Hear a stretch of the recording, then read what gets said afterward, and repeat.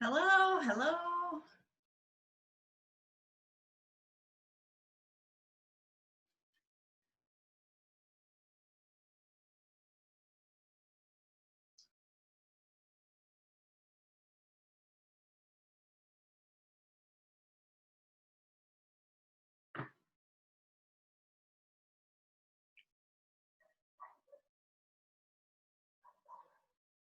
I have everyone muted initially, just so that we aren't all talking over each other. And we're waiting for Thomas. Hey, there's one of my Baroqua friends. Hi, Lene. And Lynn and Tom. Great to see you all. It's a beautiful day out. I'm a little bit of a, oh, here comes our expert, Thomas.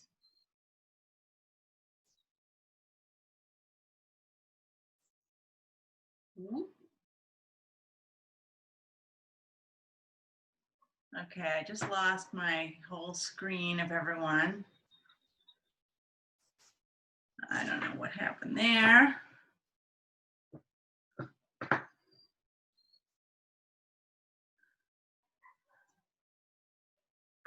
Come on.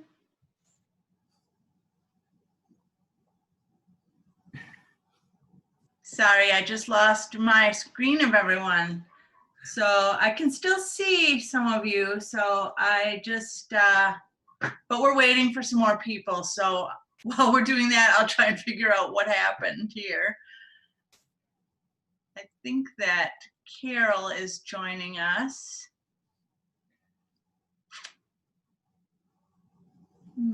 Where is my screen of everybody?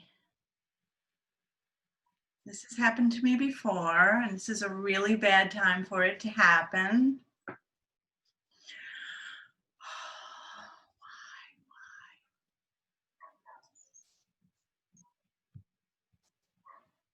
I don't know. So bear with me, everyone. Can you hear me, Lynn? You can hear me? No, but that's because I have you muted, but I'm just checking to see if I'm still on. Okay. I've lost my picture of everyone. That is what's the big concern here. There you are. Hi, Thomas. Hello. Hi. Okay, everyone's unmuted right now, so that's fine. We'll just take turns. If it gets too wild, we'll mute people. But it's great to see you all. We have about 45 people signed up. So who knows how many? It's such a nice day, you know. Some people might have said, "Hey, I'd rather be out here looking for mushrooms." So we'll just see. I think we might as well get started. I think Carol is going to be joining us. Carol Abramson as a co-host. And that's good because I might need a little help from her on the screen sharing also. I'm a little bit of a rookie at facilitating meetings on Zoom, so just bear with me. Hi. Okay. So I'm just going to start by introducing Thomas Roll. In the wave your hand so they can see who you are, Thomas. Yeah, Thomas is one of the directors of the UWL Mycology Club, and that club has been helping us with our mushroom foraging for several years. And we had to get a little creative this year because we wanted people to feel comfortable about not all being in the same space. So Thomas came up with that great handout that we sent out a couple days ago. I hope you were able to download that. And do you want to just tell us briefly a little bit about the Mycology Club, Thomas, and a little bit about mushrooming in the driftless area? Sure. Hello, everybody. I'm glad you were able to join us. I hope you got out and found some stuff today. I did, and I found a nice edible mushroom that I hadn't found yet this year, so I'm excited. The Mycology Club at University of Wisconsin-La Crosse is a student-run organization, but we are happy to have members of the community join us. In fact, we have probably just about as many people from the community who come to our meetings as do students. So it's a very open club, and we cover lots of topics at meetings. So we've done in the past couple of years cultivation and of course identification. We watched the movie Fantastic Fungi as an event. If you haven't seen that, it's a beautiful movie. We kind of got cut short. We usually have a speaker come in the spring, but of course last year that didn't happen because the university shut down, and we haven't quite resumed events yet this year. We're hoping to have some forays coming up. Maybe virtual ones, hopefully in person. We'll see what university allows us to and what our other officers feel comfortable with. But that's the club. Lots of people interested in lots of areas of mushrooms, from eating, identifying, to using them medicinally. Mushrooms are pretty cool organisms, if you don't already know that. Was that all? Oh, mushrooming in the driftless region, right. So my home is actually in the Washington, D.C. area, so I haven't been here very long, but we mostly have the same mushrooms in both places. So this time of year, a lot of the decomposers or parasites are coming out, so you'll find honey mushrooms and hen of the woods, chicken of the woods, bluets, things that eat wood or decompose leaf litter. And of course, there's a lot of leaves are starting to fall, so this is a good time for organisms that feed on leaves to release their spores and get out at all that new leaf litter that's available. So that's basically why we're mostly seeing decomposers right now. In the summer, we've also got lots of other mushrooms that are out, from deadly poisonous amanitas to super tasty chanterelles. And in the spring, you all probably are familiar with morels. That's the big one in the spring. I've enjoyed coming out here to the driftless area because you guys have some interesting mushrooms around here that I don't get at home. So there's probably my favorite one is Rhodotus Palmatus, which is this really weird thing.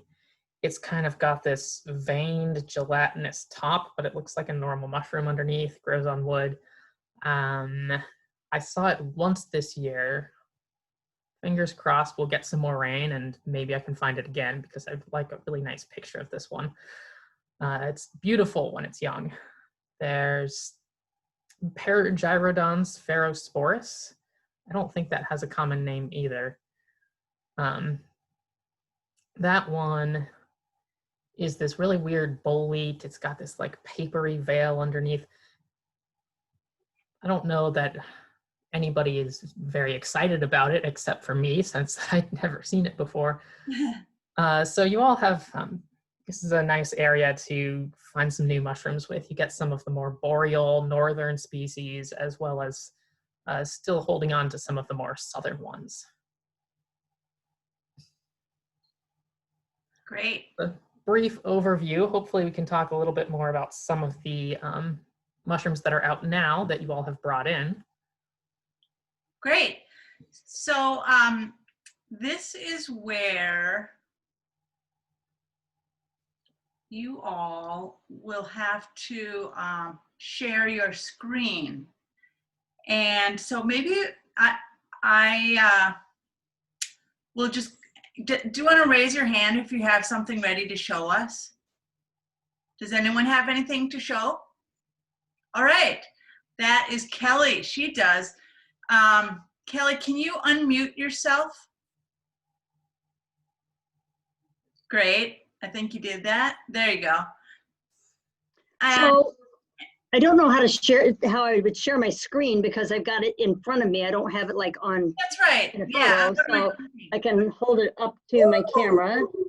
Cool. So they were on the underside. You can see the little like tubercles or something on the stems. It has a brown spore print. I don't know if you can see that. Oh yeah, that's a spore print. Yeah, and they were growing in a tree with a lot of them kind of stacked up on kind of the edge of a dead tree. And I'm thinking it's a kind of oyster mushroom, but I'm not sure. So I do edible plants a lot, but I'm nervous about mushrooms unless I super know them. And so that's why I'm always trying to figure these out. And where did you find it, Kelly? It was in western Greene County in an oak hickory woods. Excellent. Do you know what it is? It an oyster mushroom of some kind, Thomas? It is They're not. yellow. That one is in the genus Foliota. Foliota, there's several of them that are around. They have usually yellow, but they fade to kind of tan caps and very scaly. They grow on wood and, of course, have a brown spore print. Oyster mushrooms look a little bit similar. They are white all over. And they'll give you a white to gray to sometimes it's a little bit lilac spore print. So that's a useful feature to identify it from other species you don't want to eat, like Rhodotus. What I do with identifying oyster mushrooms, though, is smell them. They have a very unique smell to them, and it's really hard to describe. But fortunately, they're sold in grocery stores, so you can like go buy some and like smell them and use that sense memory when you're mushroom hunting. So is this Foliotis, is this edible? I think that's one where it's a bit iffy. Some people eat it with no problem, and some people have like a gastrointestinal upset. So I think most people, it doesn't sit well with them. So I believe field guides put it in possibly poisonous category. Okay, thank you. No problem. Thanks for showing it. Yeah, I was in the woods a lot over the last couple of days and didn't find many mushrooms at all. I was kind of disappointed. Yeah, we haven't gotten a lot of rain recently. We've had this kind of drought going on since early summer, so it's really impacted the mushrooms that are out. I'm really excited for Monday, where there's a 60% chance of rain. And doesn't sound like very much, but every little bit helps. Is there anything in particular that you think will really pop when that happens? You know, this is a bit of a weird time because in addition to the lack of rain, we're having these beautiful temperatures. Yeah. And the fall mushrooms, they typically start coming out when the temperatures get more into the 60s for high temperatures. And we had a little bit of that. They came out, and then we're back into like 70s, and it was 80 yesterday, right? So ideally, we would have that rain, and then it would drop. We'd get like a few days of 50s and 60s, and the hen of the woods would start coming out again, and probably some honey mushrooms, maybe chicken of the woods as well. Bluets popped up early. They're usually a bit more in like November or late October, but they popped out early this year. So if we get a bit of rain and cooler temperatures, they might appear again. Flammulina volutipes, I saw that the other day. I'm actually, for my research, I'm growing it in, there it is, my little grow chamber that I made with cardboard boxes. It won't produce mushrooms until the temperature drops below 60, so it needs some consistent cool weather to appear. So yeah, with the warmer than normal forecast and not much rain, I don't know what's going to happen. It'll be interesting. But, you know, there's always things to find. You can go out in the middle of winter and still find little boring stuff. Boring to most people, maybe not to mycologists. So since we're a relatively small group, feel free to unmute yourself and speak up or raise your hand or something to go ahead, and if you have any questions or want to show anything you've found. Lynn? So I found, I think the same one that Kelly found. I mean, mine's a little more dried up. But I found that on a tree. And then the other thing I found. Can you show me the underside of it? Oh, sorry. Yeah. Come Was closer. that the same? Closer. Oh, Yeah.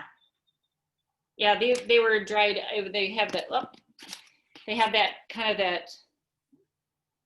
And then the. Yeah. So I think dried up. that is also a Foliota. So the one we saw earlier was Foliota Squarosa or Squarosoides. There's like a microscopic difference between the two, so I can't say for sure which of those. The ones you have, the scales are a little bit more flattened and the stipe is not as scaly, the stalk in the middle. So I believe that one is Foliota Arivella or Foliota limonella. Again, there's a microscopic difference between the two, but I can't assess that. So same genus, different species because the scales are a little bit more flattened and it's a bit more yellow, bright yellow when it's fresh. Got it. And still not edible though, right? Right. Okay, gotcha. I have one more if I can show you. Yeah, please do. Now I don't know this, like came off a log, like and I don't know the back. There's really no scales on them. Is that? Can you? It's soft. Yeah, okay. Spongy. I don't know if it's anything edible. What do you think? It probably gets listed as inedible. Most mushrooms are just stuff that you can't eat. They won't hurt you if you do, but that one, it'll probably feel like eating rubber. Oh, okay. So, you know, if you like chewing on weird tasting rubber, then I guess you can eat it, but Sure. It's not something. Okay. You I was like struggling. I took an hour today just before, and yeah, I think the dry, you know, there wasn't much out there, you know, but I struggled and I was trying to search to find things. So I was grabbing anything that looked, you know, anything just to bring in to see, you know. Oh yeah, I have a few boring dried up things that I collected just in case I needed something to show. Yeah, I have something too. Lene, before you do that, Thomas, do you want to tell us where did you find those? I found them right, you know, in my backyard. Basically, I live, I have a woods, kind of a mixed woods in the back. So they were on one was on like a snag. This was on a snag, just a tree that was upright yet. And the other one was on a down tree, as far as that goes. And yeah, we have kind of a mix. So right in, well, I live in Crawford County, so it's, but just, yeah, right in the woods here. So just behind, and I saw a deer and I also saw some bear scat while I was out there. So Wow. some exciting stuff out there. It's kind of just fun to go out and walk, you know, too. I enjoyed that. So yeah. Beautiful. It's a beautiful. Yeah, I've got shiitakes I actually grow in my yard on my own. I cultivate those myself, so I enjoy going out and seeing those pop up. But again, when it's dry, it's not a great time for them. So. Does anyone else have examples or questions? Let me. Lynn, I can't hear you, Lynn. Let's see. You have to, yeah, we can't hear you and you're not muted. She could always type in the chat. You could type into the chat your question. Where's the chat? There's the chat.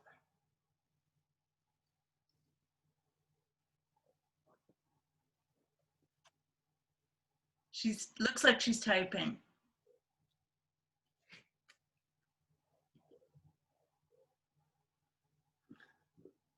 Can you show So photos? photos, yes. Now, do you know how to share your screen? There should be a button at the top of your screen that says, share my screen. Why isn't It may be at the bottom of your screen, depending on what kind of computer you have. Oh, Lynn. sure enough. Yeah, it is now. It's on the bottom. It says, oh, it says I have disabled screen sharing. Okay, this is why I needed Carol to be here because I'm not sure how to do that.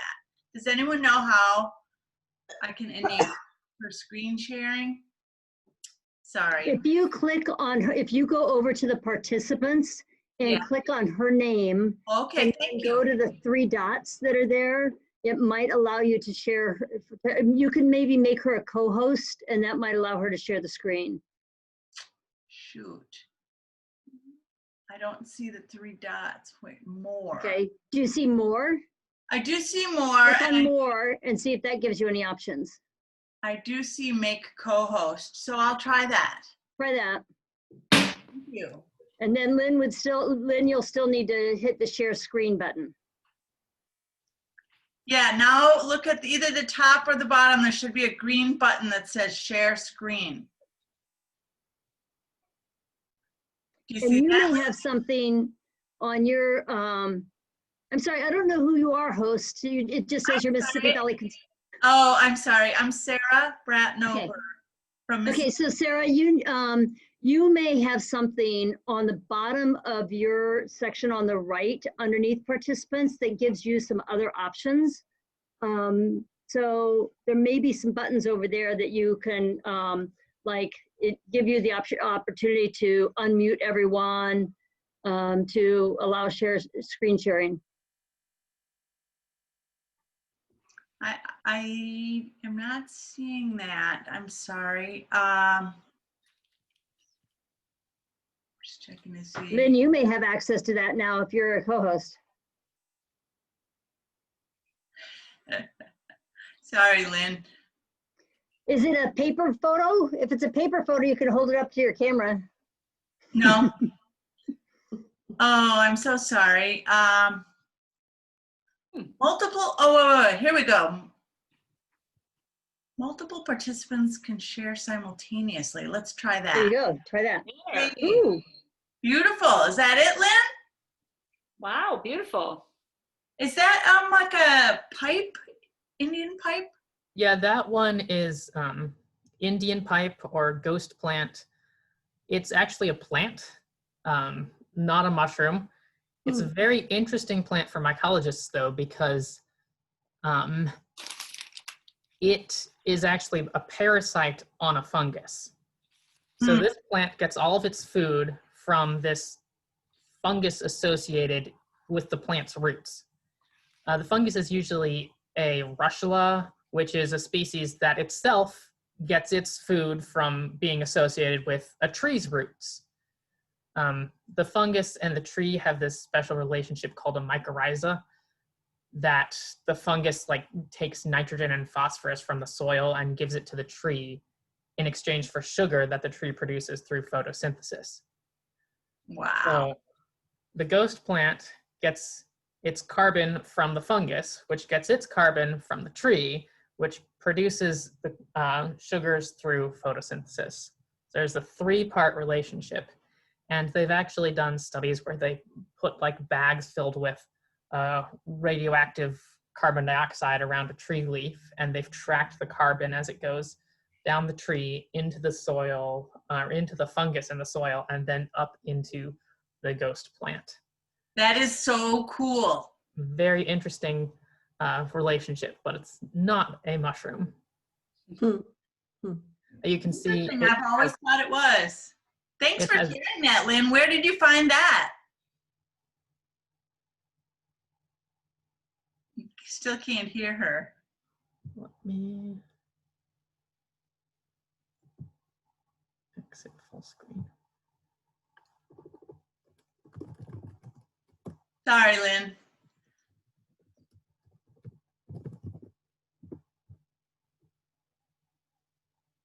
Lynn, do you have any other photos to share?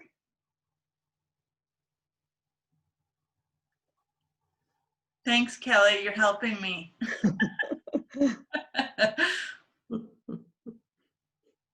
Oh, here's another person.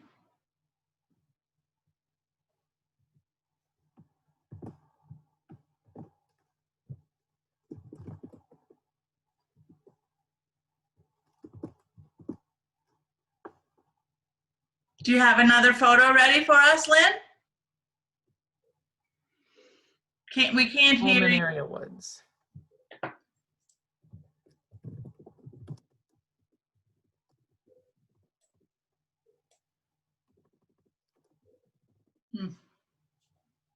I think she just wanted to tell us that the ghost plant was from, okay, we've got another one. Ooh. Ooh. Somebody's been eating it.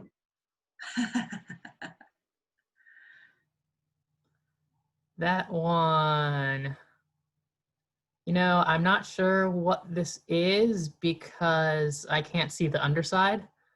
The underside has a lot of features that are useful for identification. It kind of looks like the gills might be going a little bit pinkish on the edges. So my guess would be Entoloma, which there's a lot of those species and I don't have a good guide to that genus. They grow on, Oh, is that the underside?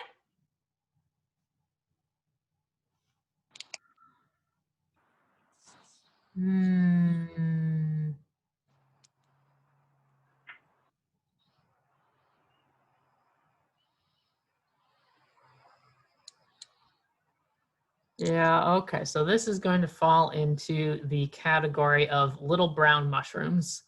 There are just so many mushrooms that are small and brown, and they're just almost impossible to identify without having a microscope there. So unfortunately, I can't tell you what that one is. It's just too nondescript. If I had to guess, I would guess Inocebi, which typically has a green corn type odor if you smell it. So that's an identification feature that can help a little bit. Also, Edible, not edible, non-edible? I can't say for sure without knowing the species, but when in doubt, throw it out. Oh, okay. So I have, I don't know what that is, so you shouldn't eat it. I did pick up today, let me get that one out. Thomas, it looks like we've got a live feed of someone in the field showing us. Oh, Can nice. you hear me? Yeah. Oh, yeah, I got something here. I was trying to Hold figure on a out- second, let me, See oh, there we right go, now I see you. So we've got someone zooming on their phone out in the field. That's pretty cool. So if people put it on speaker view, and when Paulson starts talking, then it should get big on your screen. Oh, okay. I got to talk. There you go. Yeah, I don't know. These I just walked up on. I'm out right now. Where are you? Willow Springs in Cook County, in a very dry woods, like they've been saying. Can you see that? Any ideas? Here's a smaller one. Hang on. Here's a little smaller one. Yeah, okay, so this is a good one for people to take a note of. See that Oh, I little, dropped it. Hang on, I'm sorry, I dropped it. see that bit of tissue that's kind of stuck to the Right here? stipe? Yeah, right there, and it goes to the edge of the gill, or edge of the cap. That is called the partial veil, and some mushrooms have that membrane and others don't. So it's a useful feature for identification. In this case, I believe what you have is a honey mushroom. Okay. That specific species, since it's growing on dead wood there, and has kind of a scaly cap, it Right. looks from the video feed like it's got a little bit of a yellowish color around the base. And the I'm bit is trying to find a slightly better enlarged. one with the veil thing. I don't know, is that one any better to see the veil on? Well, you can definitely see the remnants of it along the edge. Okay. So honey mushroom, you thinking? Honey There's some mushroom. veil stuck on there, connected still, right? To the cap, to the stem. That's a Yeah, so piece of veil. when it's young, that veil covers the gills and protects them from like insect damage. Okay. But then as the mushroom expands, it breaks and falls apart. Sometimes it leaves a ring along the stipe. Sometimes it leaves a fringe along the edge of the cap. Like that there, right? Right. Yeah. Just Okay. like that. So it's a useful feature if you can find it. So this would be a honey mushroom. These are edible then, correct? Those ones are edible. You have to make Okay. sure that you're not confusing them with the deadly Gallerina. Oh, right, right. Because They would be brown, no? The gills? they're more brown. Actually, I've got one here. They also have a ring. I'm gonna see if I can make that bigger. Try mine or yours? Or? Mine. Okay, I'm gonna try to shut my video off then, right? Sure. Because you're done with the pictures. Okay, there you go. Good. So the deadly Gallerina also has a ring, I don't see you. but you can hopefully see that the ring is a little bit brownish. Oh, there you are. Let me show that again. Do you So mean, when you say the ring, are you talking about that veil structure? yeah, the veil when it collapses against the stipe or the stalk of the mushroom. I see. No. So it ends up looking like a ring or a skirt or something. Uh-huh. So it's a little bit brownish, and that's because this mushroom, the deadly Gallerina, has brown spores, while the honey mushrooms have white spores. A lot of people, the most common way to get poisoned by the deadly Gallerina is you're picking honey mushrooms and you're picking, there's a lot of them and you're not paying much attention and you grab one of these and don't realize it and then throw it in with your honey mushrooms and cook it up and this thing is deadly poisonous. You'll end up in the hospital. It causes liver failure. It does this weird thing where it like damages your liver and you're vomiting. You go to the hospital. They give you some fluids to treat the symptoms, and then you feel better. And so you go home, and after a couple more days, your liver actually starts to die, and you get really sick. And if you don't get a liver transplant, you would probably die. They've fortunately have better ways to treat it these days, thanks to lots of people in California having to deal with the same toxin found in a different mushroom they have out there. Wow. But it's not something you want to mess with. So Yeah, sounds deadly, huh? For sure. if you're not sure, take a spore print. The deadly Gallerina is also typically smaller and, as you mentioned, more brown. And it's got kind of a more roundish, smooth cap than the honey mushrooms do. They kind of tend to flatten out, and they've got little scales on the top. And they're larger, of course, white spores. Is there a biological reason why mushrooms are poisonous? I mean, are they protecting the forest from big mammals, or do we know anything about that? That is a good question. And if you want to start a second career, you can become a mycologist and try and solve that question because nobody's done that yet. I see. There's a few theories. One, of course, well, it probably protects them against like insects eating them. But people have done studies where they put insects on deadly poisonous mushrooms, and the insects eat the mushrooms just fine because they overproduce this one protein that breaks down the toxins. Like different colors. Other people say it's just happenstance. Like there's no reason that the mushroom is producing these deadly toxins. It's just a byproduct of some other metabolic process that just by random chance happens to be deadly to us. So it's still an open debate in mycology. Does anyone else have other questions? And some people may still join us. How about you, Pam? Yes, I have here. I went out into the woods and couldn't find anything except this piece of chicken of the woods. And I picked many of them. It was clustered on a tree, many layers of them.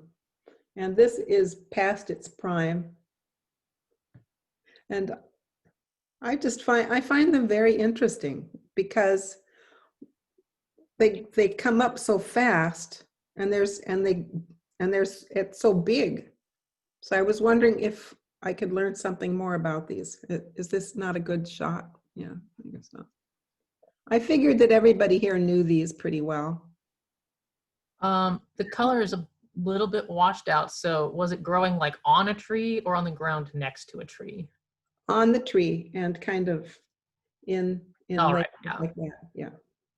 The reason I ask is there's actually a few different species of chicken of the woods. One of them is the one that looks like what you have. It's orange on top, yellow on the bottom, at least when fresh. There's another species that grows at the bases of trees that is more pinkish or salmon colored on top and white on the bottom. They still both like look and feel the same. It's called chicken of the woods because it really does look like chicken, and it kind of peels apart like cooked chicken would. It's because the cells in the mushroom are arranged in lines in like linear rows, which chicken is muscle, and muscles are also arranged in linear rows. So because of that arrangement, they peel apart very similarly. I had a friend in the DC area club. He made some chicken of the woods something for a vegan festival, and a bunch of vegans like started yelling at him like, "How dare you serve us meat?" And he's like, no, I swear it's a mushroom. You're lying, it's meat. Like, no, it's called chicken of the woods because it feels like chicken. I love it. So it's a really fun one, great edible mushroom. One thing you might have to look out for in this area is there's another species that grows on conifer. Most of the time you find chicken of the woods on hardwoods. There's one that grows on conifer. It looks just like chicken of the woods, and it's more likely to cause gastrointestinal upset. So you might want to avoid chicken of the woods if it grows on conifer. Okay, so it grows on conifer, otherwise it looks just like any other chicken of the woods. Yep. Very interesting. Well, I've never been very interested in this because I've never had it so that it tasted very good. Butter and wine, Pam. Butter and wine. That'll do it. Fry it up in butter. Yeah, the other day I just used it in a recipe I had that called for chicken. I just fried it up in butter and then used it like chicken in the recipe, and it tasted just like it normally does, except it was a mushroom instead of chicken. So great. I'll go get the rest of this then. Thanks.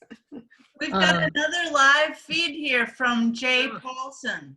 I think those are pheasant backs. I don't know. Should I cut one? You can see it. I would agree with that. Yeah. You want me to get one down so other people can Sure. see it? Show us the top. That's a See very if I can Like reach a it. pheasant back that I found in the spring. And I'm gonna try to reach it. Hang on. It's pretty far up. This is Listen, fun Bert. to have someone out in the field showing us what's living out there. There you So go. Thomas, pheasant backs are only really edible in the spring, right? You want to get it when it's young. So the one that is being shown right now, could you say something? Yeah. Oh, so it shows up. Okay. Oh, And flip us around and show the top. The top. All right. It's pretty old. It's hard like leather already. Yeah, so that's you the see real it? problem with the pheasant back, is that it gets leathery very quickly. So you can pretty much only eat them when they're young. And that's typically in the spring, though I have seen them out, saw some out in the summer as well in the fall that were still young. So I don't know. That's the first for me. When we were morel mushroom hunting, we right by our morels, we found the ones, and we found them. I've had them on my phone, and so we looked at them and we're like, oh, cool. And then we Googled and we're like, oh, that's a pheasant back. Like so it was pretty cool. Yep. So I didn't find it today, but that was no history. gills. Yeah, so this one is a polypore. It's got tiny little pores on the bottom, which you can see in the picture. I'll let you say something so we can all get a good look at the pores. Oh, okay. I'm sorry. I don't know how to make it stay there. I have no idea. Without having to talk. That's cool. Yeah, you can see them, right? The pores. There, I Mhm. tried to scratch some off.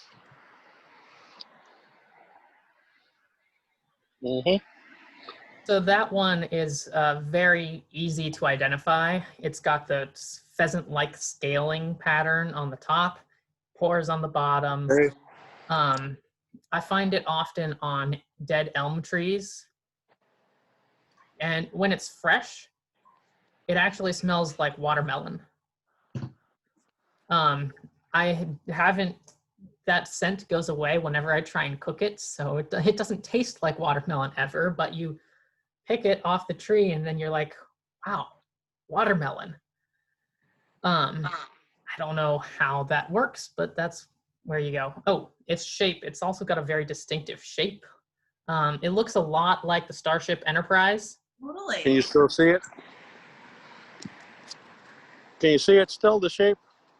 Trying to Yes. show you while he's talking. I don't. Do you know how to make the video stay there though, so I don't have to talk to make it show up? I mean, no. There is an option to somewhere. It's hard All to right. find. There's an option to pin the video, but everybody has to do that individually. Oh. Okay. The host can't do that themselves, I don't think. Gotcha. So you only see it when I'm talking. So if the green frame goes away, it's probably not showing up for you guys, right? That's right, but you're doing a Oh. great job. That's good. Okay. Yeah. I'm trying. This phone's smarter than me for sure. All right. You can also do a grid view, and then you can see everybody on the call. And so you can see Thomas talking while we're looking at the mushrooms too. Mm-hmm. Thank you, Phil. Anyway, okay. I'll go look for something else. Oh, and Let you know if I find any. where are you again? In Illinois, Cook County, Willow Springs is the town. Right, thank you. Mm-hmm. There's a lot of woods out this way. So I Anyway. just want to take 30 seconds to make sure everyone here is aware that here in the 9-county area served by Mississippi Valley Conservancy, we have roughly 25 nature preserves with public access where you can go and mushroom and hike and bird and hunting if you're into hunting.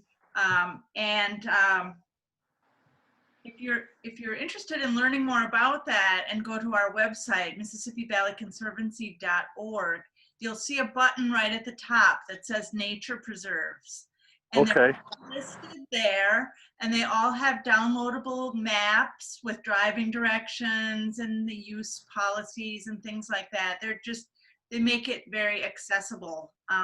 So if you want to go out and do more and you're looking for new places to explore, definitely check out our nature preserves. They're there for you. I have a question. Here where I'm at, anything that has preserve on it, you can't pick anything. I don't know, so you're different there? I mean, if it's a forest preserve, you're not supposed to even like take a stick out of the woods. Huh. But if it's a regular park without the preserve in it, you're able to pick. State parks you can pick, but anything with preserve in the name here anyway, in Illinois, you can't touch anything for taking out. I don't know, it must be different there than where you're at, right? Well, You're saying you can- we allow foraging, but we don't allow anything to be pulled up by the roots.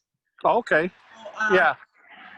So for example, if you're looking for ramps, we ask that you not pull them out of the ground, but that Yeah. A lot of Wisconsin, I think it's illegal to take them, period. I'm not sure. But, okay. Yeah, and so mushrooms are kind of special. Thomas and I talked about that. Again, plants, and you know, we didn't want people taking shovels out into the woods. Oh, you're right. You know, Yeah. carefully remove them with your knife, or just digging a little around the base with your knife. Exactly. Yeah, here we can't pick them at all if this was there. But I did join the Illinois Mycology Association, and they go out foraging, and you can pick just ID, and you take it back, and we all meet up, and then they go through and like ID everything, kind of for research, I guess it would be. We're allowed to pick then, but not for eating or anything, just for ID and like a inventory kind of thing, what's growing where. So Of in course, I've only Wisconsin, been in 2 years, and there's no foraging this year because of this COVID stuff. So it's all been virtual like this is. so in Anyway. Wisconsin, in the state parks, you can harvest mushrooms and certain edibles like berries and other fruits. But Yeah, I've been. similar to I go Mississippi to- Valley, you can't dig stuff. Right. Okay, yeah, I go to Wisconsin. I got 2 brothers up there, and yeah, actually, I just came back, but it was dry again there. I went to Door County, and there wasn't a whole lot. It was pretty dry. I found a lot of them Hariciums, I think they're called, the tooth things. Haricium. The lion's mane or Yes. head tooth. Yeah, I think the lion's mane, I think. Found a few of them, and that was about it this year. Jay Paulson, I don't know your first name, but I'm curious to know how you heard about this event. Geez, honestly, I don't exactly. Somewhere on Facebook. I know I joined a few different mushroom ID clubs and stuff on there because I just got into mushrooms like 5 years ago, so I've been trying to learn more. And I joined some clubs, and I think it might have been through that. That's great. I believe it was on Facebook for sure. Yeah. Mhm. Yeah, that's a wonderful thing for that stuff. That's great. We have someone on this call named Sagan. Hi. Hi, Sagan. Hi. Do you have any mushrooms you found or any questions? Well, I have a mushroom. It's dried now, but it was on a stump in the backyard. So I'll show you what it is. I can. Wow. Huh. It's pretty dried. It's kind Yes, of a rusty color. Pretty. That mushroom is in the genus Ganoderma. So that's another polypore. We talked about those earlier. They've got pores on the bottom. This one has a very woody texture, so like you could knock on it and it'll feel like you're knocking on wood. Yes. And a lot of people use that genus medicinally. So it's wildly popular. It's even being commercialized. So like Ganoderma tea or Ganoderma coffee, because it's very bitter. So people like to put it in their coffee. So you get the health benefits of the Ganoderma, but you mask the bitterness with the bitterness of the coffee. I don't like coffee, so that doesn't work for me at all. But that one, yours is probably too old to use. It's also a very beautiful mushroom to begin with because when it's fresh, it'll have this like shiny, varnished look to the cap. Yes, Like I remember red seeing and that brown, earlier. maybe some yellows in there too. So it's a beautiful mushroom. Let me see, it's commonly called Reishi, which I believe is the Japanese name for it, or Lingche. I'm not sure if I'm saying that right, but that would be the Chinese name for it. Mushroom of immortality is, I believe, what that translates to from the Chinese. Wow. So beautiful mushroom. Yours, there's a few different species.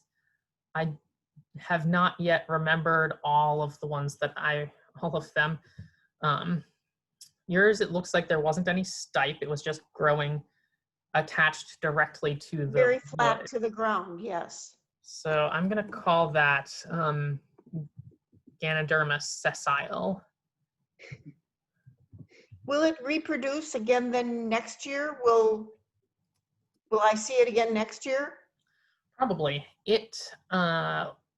All mushrooms are just reproductive structures. So they're not the main body of the fungus. Its goal is to release spores and that's it. The main part of the fungus is growing inside the ground, or in this case, the log. So even if you take the mushroom away, the fungus is still in there, growing in the log, eating the wood, and it'll put up more mushrooms next year, probably. Sometimes they don't. Okay. I'll have to look for it next year. And this appeared midsummer. Yeah, that sounds about right. Okay. Those ones, because of the texture, they'll appear in the summer, and you go back next year, and the mushrooms from last summer are still there, but they're just really dried out. Maybe have some mold growing on them, other things coming in to decompose them, and new mushrooms might pop up next to it. So they're very long-lasting structures in that case. I found some other really, really dried up mushrooms on a log. They're textured like potato chips right now, but Okay, and can you show us the other side? Say something. right there, the other side. This is the other side, the underside, and this is the top side. And they were kind of like layered on this log. There's a couple of them. It's the top side and then the bottom side. As you can see, they're very dried. Yeah, so that's actually interesting. They were kind of like ladder formed or ladder typed. So you've actually got the mushrooms upside down. The one you were calling the underside is actually the top side, and the top side is actually the underside. It's possible somebody rolled the log or it fell off a tree and... This, I would say, was the top side of it. Right, that's actually the underside. It's like the Starship Enterprise again. A little bit, yeah. So the log probably got turned over at some point, and the mushrooms... Well, one of them, it was a log that was a tree that was standing up, and then another log was kind of vertical to that, and they were on so both yeah, it probably like sides of it. got knocked off its proper orientation. Anyway, that mushroom is Sterium ostrea, which is the false turkey tail. I think I have that on my list. Beware of the false turkey tail. Okay. So the turkey tail is a polypore, and it's got this beautiful concentrically ringed surface that looks like the tail of a turkey all splayed out. So turkey tails, have those like rings of color on their feathers. Surface of this mushroom looks just like that. When the mushroom that you had, when it's fresh, it also does that, but it's smooth on the bottom. It doesn't have any pores, and it gets very papery very quickly. So that's a unique feature of that one.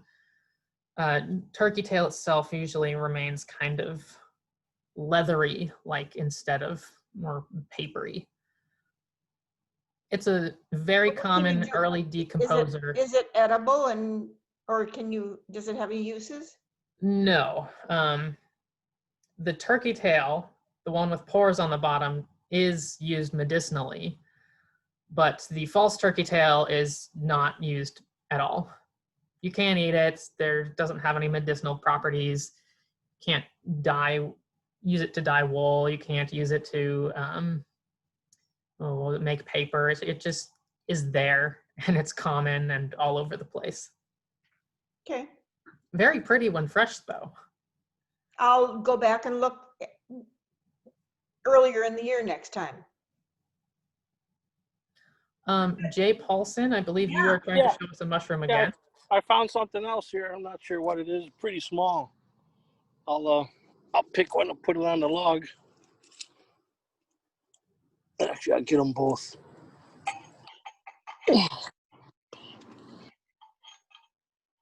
Where'd it go? Right there. Pretty long, skinny stem.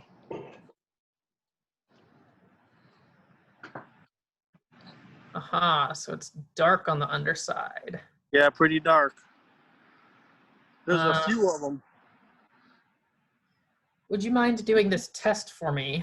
Take the mushroom and kind of break the stipe in half. So break the stalk just in half. Try doing that.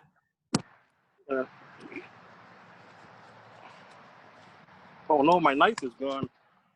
Don't use your knife, use your fingers. Well, I dropped it. Let me get another. Break it in half. Yep. Okay. And now tell me, was that like really easy to do? Did it break? Oh yeah, very easy. So that one, Like it's hollow too, I think. I don't know what species it is, but it's in the genus Satharella. So that genus has, you get a good spore print on that one. So you can see that the spores are dark, Right. black. So that's typical Satharella spore print color. And they, for some reason, just have this stalk that easily snaps. Mushroomexpert.com the author calls them snappyrella as a little mnemonic to remember that they snap easily. Okay. Very good. Can you hear me now? Yes. Okay, anyway, I have another odd looking photo. It's a green mushroom. Green Can is I always share fun. that with you? Yeah. I know several of us have photos we want to share too. Ooh, look at that. Looks like little snails. Little leeches or something.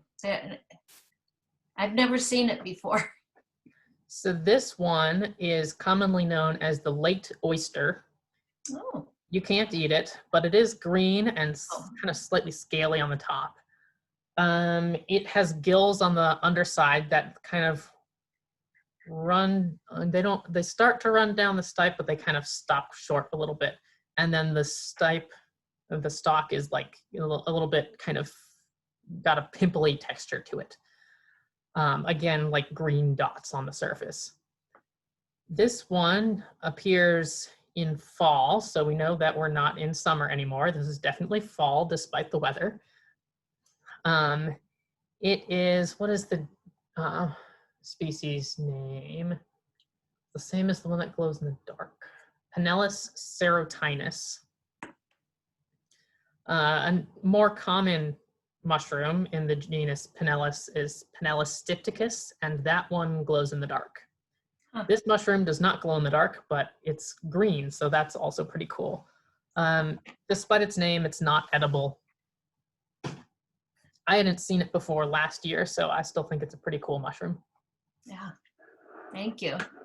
So the one that glows in the dark, is that the kind of that phosphorescent green, and they're really small, and so you don't really see them in the light, but you can see them at night?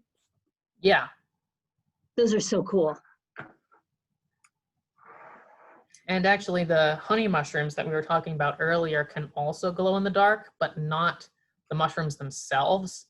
It's the fungus as it's eating through the wood, for some reason, it will sometimes glow in the dark. So if you come across, like you're hiking at night without a light and you come across a tree stump or something that's just glowing green, that is due to a honey mushroom eating the wood. I have not personally seen that, but I have a very vivid memory of reading Gary Paulson's something or other. He was talking about training for the Iditarod. We read it in English class in elementary school.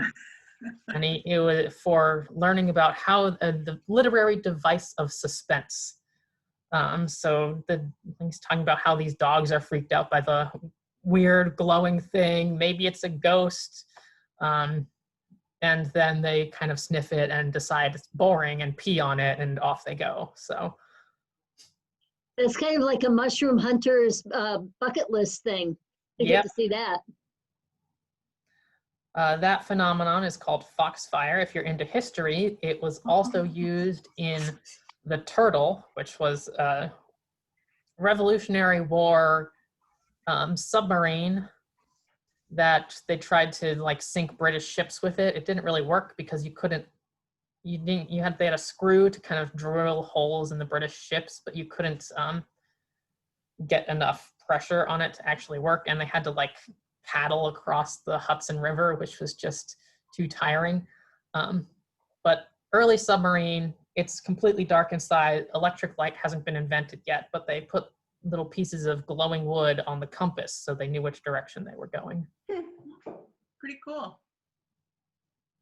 I got one for you, Thomas. This is This is not from the driftless area, but I can't resist showing it to you. I saw it up north in the Upper Peninsula about a week ago. And I'm guessing it might be a false turkey tail. It's about 3 feet wide. Can you see it? Yeah, we have those in this area as well. These ones they have a very wet texture. I don't know if you tried touching it at all. No. But it's kind of velvety and brown on top, very wet. So if you pick one up, your fingers will end up just covered in water. The underside is white, has tiny pores that turn brown where you touch them. So you can actually see your fingerprints on the underside of this mushroom after you pick it up. This one is Ishnoderma resinosum, the resinous polypore. It is pretty common, gets big, that big individually, but they kind of stack together so they can get a lot of it on the same log. It is edible, but I have never tried it. I don't know, it just doesn't look that appealing to me. So I just haven't tried it yet. You know, someone earlier shared a mushroom. I can't remember who it was. It might have been, I can't remember who it was, but I'm going to stop sharing my screen. And it was Pam, I think, and she said, now I can tell this one is past its prime, and it was the chicken of the woods, I think. And what does that mean? I mean, how can you tell it's past its prime, and does that mean it's no longer good to eat? What does that mean? For chicken of the woods, remember how I said all of the cells are lined up in parallel to one another? Yeah. And so that allows it to peel like chicken. As they get older, they link with each other across those parallel lines. So it gets very tough and kind of not good to eat just because it's like chewing on leather again. Not a pleasant experience. Also, chicken of the woods gets buggy very quickly. So at that time, you'll also have to deal with lots of little insect larvae running around, eating and pooping in your mushroom. Some people don't mind that so much. I don't think they're very dangerous, but it's mostly a kind of ick factor, and the bugs have eaten away at what you really wanted to eat anyway, so and you might as well leave some for them to eat. They have to live as well. Right. Some mushrooms actually as they get older, they'll also become more likely to cause gastrointestinal upset or things like that. Earlier this year, I ate the pheasant back that was a little bit older. Seemed fine, but I got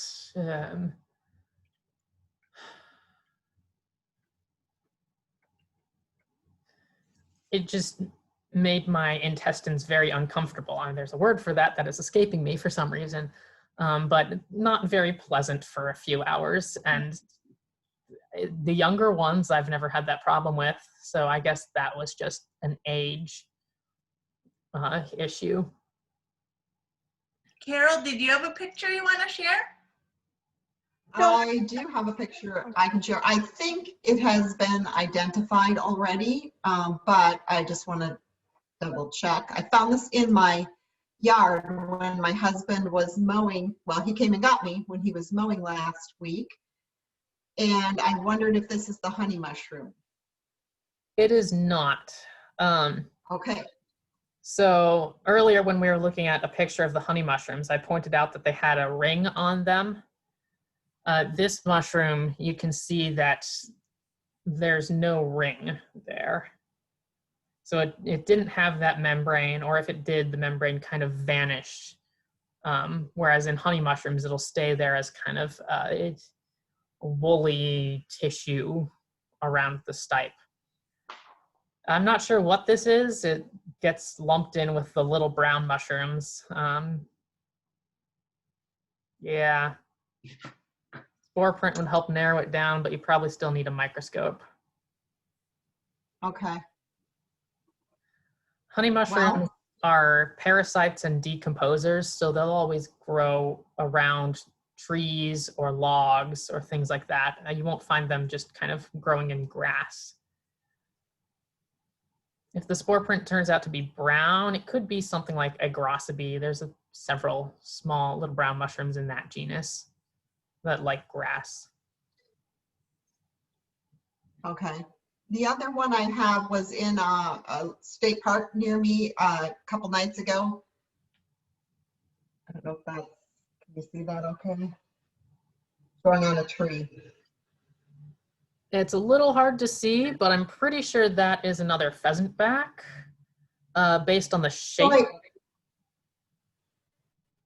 I did find, I'm sure that this is pheasant back. Well, I shouldn't be sure of anything, but that was a different one. Oh. Yeah, when pheasant back gets showing up old, a lot of times the scales kind of fade and you can't see them. Oh, there's some scales. But also the stipe gets black, which is a unique feature for that mushroom as well. Doesn't help you when it's fresh, but when it's older, the like Starship Enterprise shape and the black stipe. I see the Starship Enterprise shape on that picture, and it does look like the stipe is rather dark, which is why I'm thinking another pheasant back. Okay. So they're the same, they're just maybe in different stages of oldness. Yeah, probably faded by the sun. Okay, that's all I have. I've got another one. This is also up north from 2 years ago. This one went from a kind of a umbrella shape, and then the very next day it was like completely like inverted, and it looked like this. And it was the brightest, most beautiful yellow. Oh. It was up north in a more of a conifer mixed area with a lot of conifers. Yeah, these trees seem to like conifers. Or sorry, these mushrooms, not trees.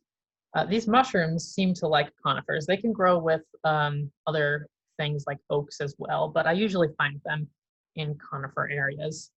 So this mushroom is Amanita Muscaria. You all are familiar with this mushroom because it is the basis of 90% of the mushroom art that's out there. If you've ever played a Mario video game, you've seen mushroom art based on this mushroom. So it's the classic red cap, yellow dots, white stipe and like the white ring around it. In our area, it is yellow with an orange center.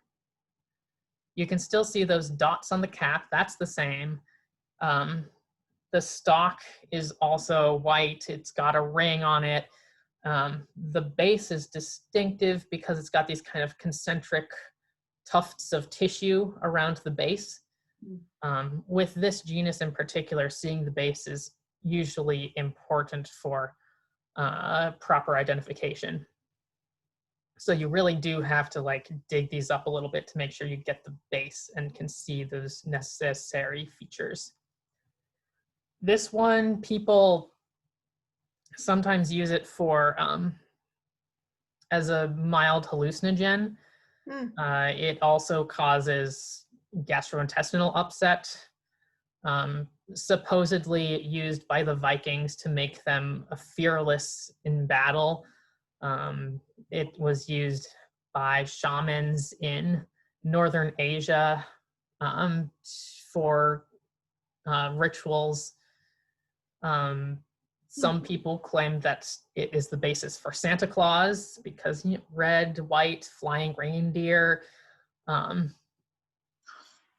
lot of those are like only half true. The Santa Claus thing has a lot to do with Coca-Cola, not this mushroom, but you know, it's a fun connection anyway.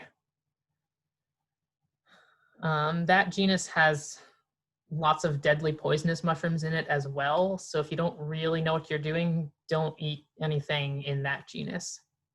Yeah, I've always associated the fairy tale red mushrooms with the white dots on them as being, you know, poisonous and witchy and things like that. Well, witchy makes sense with the kind of hallucination-inducing compounds.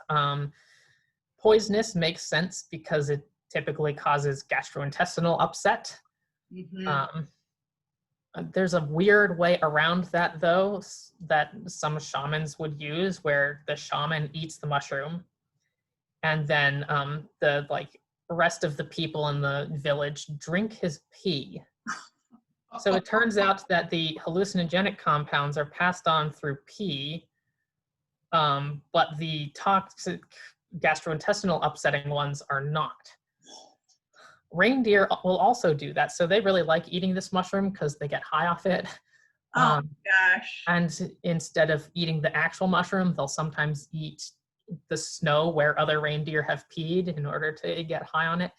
Yeah, it's got a weird interactions with humans and other animals. Very interesting mushroom. No wonder it's in fairy tales. Yep. Another feature that's useful from that mushroom is the dots on the cap are part of what we call the universal veil. So we talked about the partial veil that's underneath protecting the gills. Some mushrooms have another membrane for protection around the whole outside of the mushroom. And in Amanita Muscaria, that membrane, as the pileus expands, breaks apart into little dots. And other mushrooms, it breaks apart and just stays at the bottom as this like cup-like membrane that the mushroom sits in. In other mushrooms, it breaks apart as just one large patch instead of lots of little dots. So looking for this mushroom in all different places and figuring out how it broke apart, if it was there to begin with, are all features that can help you identify mushrooms. And it's particularly important in Amanita. So Amanita has both a universal veil and a partial veil.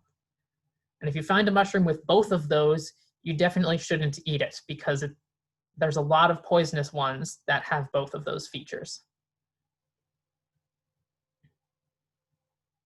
Anybody else have mushrooms? I have another picture if nobody has. Anybody else? Go for it, Lynn. Okay, then I'll share this one. Oh. I just thought it was so beautiful on the tree. Maybe you've already talked about it. You know, I think this is another dryad saddle or pheasant back. It's got that Starship Enterprise shape. That stipe is kind of dark. You can see a little bit, the maybe scales are left. This one is super old. And I bet that is an elm tree that is growing on. I think it's a dead elm. As I said, they seem to really like elms. Did you say this mushroom, when it's young, is edible? Yes. Yay. When it's young, it smells like watermelon and you can eat it. So will it more than likely next spring be growing in the same place? Probably. Oh, good. They don't grow back every year. Sometimes they do, sometimes they don't. They kind of do what they want sometimes. But yeah, it's likely that they'll be back there. Great. Thank you. The website Forager Chef has some good mushrooms for that has some good recipes for that mushroom. It's written by Alan Burgo, who is a chef up in the Twin Cities area. So he's got the same mushrooms that we do. So I really like his website for giving me good recipes that. What is that website again? Forager Chef. You can just Google Forager Chef. I'm pretty sure it's foragerchef.com, but I don't really remember. So might want to just Google Forager Chef. It'll pop up. He's also written a book if you want to support him by buying his book. Thomas, you mentioned another website earlier, another mushroom guide website. Yes, mushroomexperts.com. That one is written by somebody who's an English teacher in the Chicago area, but he really knows his mushrooms. That one does not give you information on edibility, so you have to go to a secondary resource for that, but it's got a lot of good keys in it. So if you have your mushroom, you can go through the features down the list and see what mushroom it is. That's my favorite online resource for mushroom identification. And you better do a little shameless promotion of your blog too, Thomas. I'm not good at shameless promotion. I've also got a blog. It's updated kind of irregularly now because I am having to do master's school stuff. But Fungus Fact Friday, that is my blog. My next goal is to go redo all of my introductory mycology pages. So I recently did the one about what are fungi, and I'm hoping to update the pages about basics of like fungal cells and other introductory mycology topics sometime soon. Don't know when I'll get the chance, but that's on my list of things to do. If nobody else has a mushroom, I've got one that I would like to share. This one is Hen of the Woods. It's, again, a little dried up, but it's the first one I've found this year. I think Dylan probably got them all. I'm blaming Dylan. I really wish I could send the smell to you through the internet because it's got this lovely, unique smell. Very strong, kind of gamey. This one is pretty easy to identify. It grows, this is the top. Mm-hmm. It grows in these like rosettes with small individual caps. They're all kind of, I guess, tongue-shaped. And it's a polypore, so it has pores on the bottom. I'm not sure that you can see them. Would that be at the base of a tree, or where would you find that? This one is a weak parasite on oak trees. So you'll find it growing around the bases of oak trees. And it appears in the fall. So it's one of the most popular fall edible mushrooms. it's really got a unique flavor, very strong. I don't particularly like the flavor by itself. It's just too overwhelming. But when you like tone it down or like balance it out with some spices, what thyme is a good one. There's something else that I'm forgetting. Would you just stir fry it with spice? Is that, or are you saying like put it in a stew, or would that be? There's lots of stuff you can do with it. One of my favorite recipes is from Forager Chef again. Recommend his recipes, which you basically roast it. So like cut it up, toss it with some olive oil and spices, and then just kind of put it on a baking sheet in the oven for a while and until it gets crispy. And yeah, that's lovely. I'm not sure, struggling to come up with some kind of comparison, but it's really unique. So maybe if we get some rain, we can find these out there. Hopefully, they've already come out once. This one I got it's kind of old already. It still has a lovely smell though. Hopefully the rain, and if we get some cooler weather, it'll prompt a second flush of these. Great. I have another picture to share. Sure. This is also from up north. This is the butt of a log. It might even be the same log that had that big brown mushroom. Ishnoderma Resinosum. Yeah. Yeah, that might be the same as one that we saw earlier, the white, just polypore one, fairly early on. I think I might have another view of it. Let's see. Is this the one that tastes like eating rubber? Yeah. There. That's the same log. Yeah, I'm not sure what this is. There are several species that look very similar. It's probably in the genus Trametes. I've got another one here that's probably also in the genus Trametes, but it's just kind of white and nondescript. I've seen recently several logs that look like that, where it's just like this white nondescript mushroom is just kind of covering the whole log, and it's really impressive, but not easy to identify. It's just so boring. Right, it's pretty. Yeah, definitely. Very visually impressive one. Thomas, I have a quick question for you. Somebody mentioned earlier cooking some of these with wine, and I know that sometimes there are certain mushrooms that you shouldn't consume with alcohol, right? Yeah, so the most famous example is Copernopsis Atrumentaria.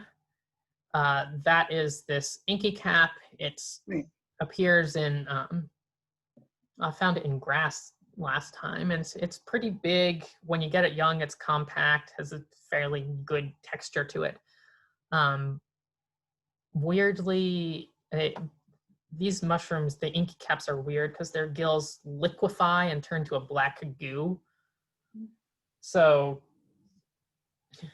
bizarre ones. One person at the Mushroom Club back home would recommends using them in Halloween foods. Like you can throw these into a soup and it'll be like squid ink, just turns your soup black. Right. So good Halloween mushrooms, but make sure you don't drink alcohol with them because it has the same effects as the medicine Antabuse, which is designed to help people with alcoholism not drink alcohol. So it causes heart palpitations, sweating, it makes you feel like really bad, and it just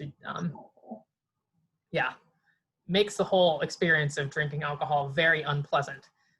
Good to know. The version in mushrooms will also start to damage your kidneys, so it is not a good do-it-yourself remedy for alcoholism.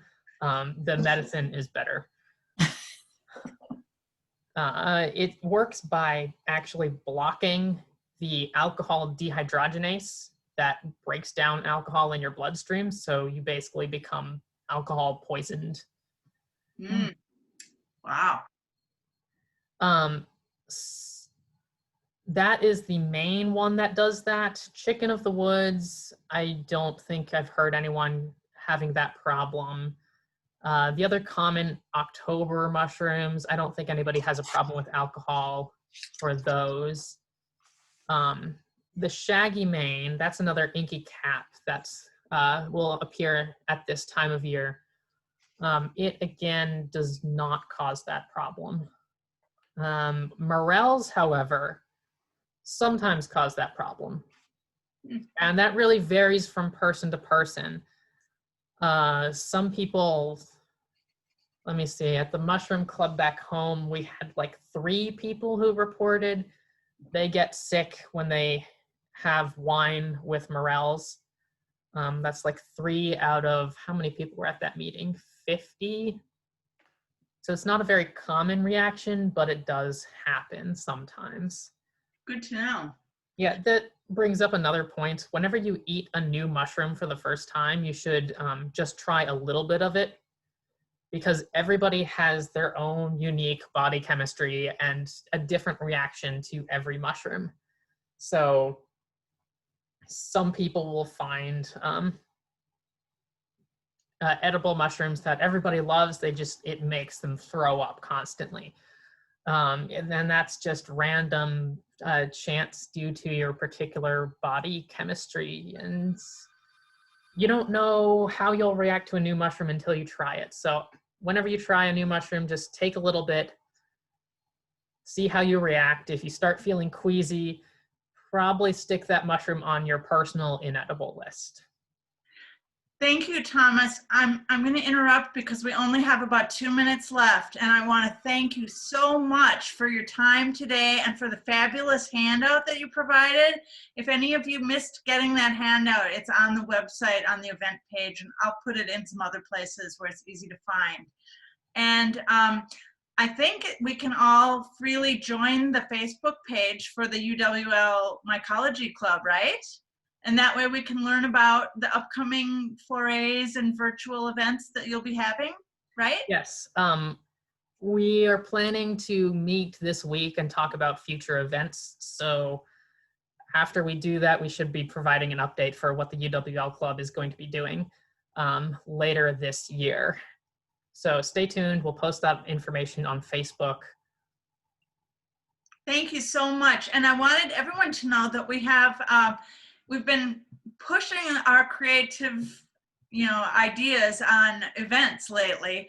And we did a really fun video, 2 fun videos this year. One about Kickapoo Caverns and our bat hibernaculum there, and also one about Holland Sand Prairie. You can enjoy those on our YouTube channel.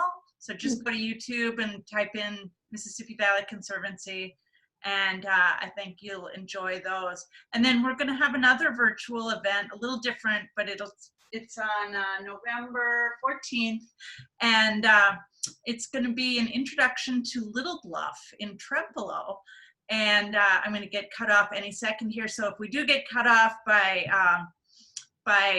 Zoom, thank you all. But check out our website and our Facebook page if you want to learn more about the Ernie Bozard. He's going to give us a preview of what to look for and think about when you visit Little Bluff on November 14th.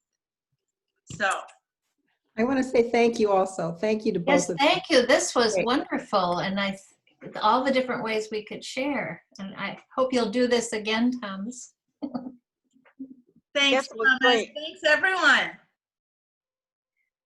I In think case we're you're running wondering, off now. I have a list of 35 mushrooms, including ones that I saw in one of the MVC parks today, and ones that you all shared. So 35 species. Fantastic. Goodbye. All right. Thanks, Bye, everyone. Thank you. Thank you. Bye-bye.